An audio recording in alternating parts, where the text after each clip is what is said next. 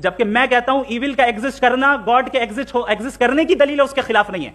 क्योंकि अगर गॉड है तो हम सब उसके सामने अकाउंटेबल हैं, और अगर हम अकाउंटेबल हैं तो अकाउंटेबिलिटी के लिए ईविल का मौजूद होना जरूरी है, उसके बगैर हम अकाउंटेबल नहीं हो सकते। और अगर हम अकाउंटेबल नहीं हैं तो हम जनाब जावेद अख्तर साहब से पूछेंगे कि आप बताएं कि फिर सफरिंग इस दुनिया में क्यों है?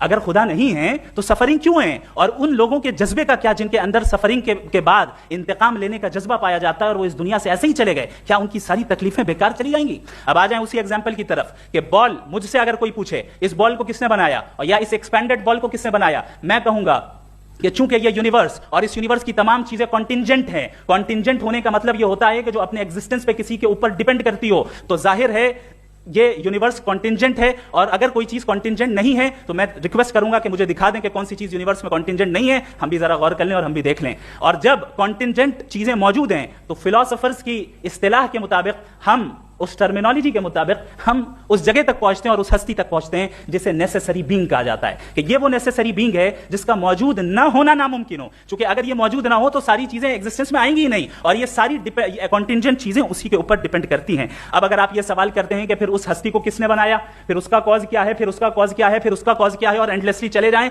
इसे हम कहते हैं इन्फिनिट रीग्रेस ऑफ कॉजेज, जो कि लॉजिकल फेलेसी है। कॉन्सेप्चुअली इंफिनिटी पॉसिबल है। मिसाल के तौर पर न्यूमेरिकल्स 1 2 3 गिनते चले जाएं, इन्फिनिट नंबर्स हैं। मैं कॉन्सेप्चुअली बात नहीं कर रहा, प्रैक्टिकली रियलिटी में साबित करके दिखाएं कि infinite regress of causes possible है या नहीं। अगर पॉसिबल है तो हम मान लेंगे, मिसाल दे दें, और पॉसिबल नहीं है तो एक ही ऑप्शन बचता है जिसे हम कहते हैं नेसेसरी बीइंग। ऐसी नेसेसरी बीइंग जो इंडिपेंडेंट है, क्योंकि अगर वो डिपेंडेंट हुई तो वो नेसेसरी नहीं रहेगी। ऐसी इंडिपेंडेंट बीइंग जो इटर्नल है, अगर वो इटर्नल नहीं होगी, उसकी बिगिनिंग होगी, तो वो खुद कॉन्टिंजेंट है। ऐसी बीइंग जो पावरफुल है, क्योंकि कॉन्टिंजेंट को एक्चुअलाइज करने के लिए पावर चाहिए। ऐसी बीइंग जो इंटेलिजेंट है और नॉलेजेबल है, क्योंकि ये यूनिवर्स स्पेसिफिक फॉर्म और स्पेसिफिक लॉज ऑफ नेचर के तहत प्रिसाइजली चल रहा है। थैंक यू मुफ्ती साहब।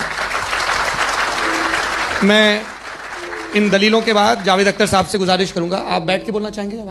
जी।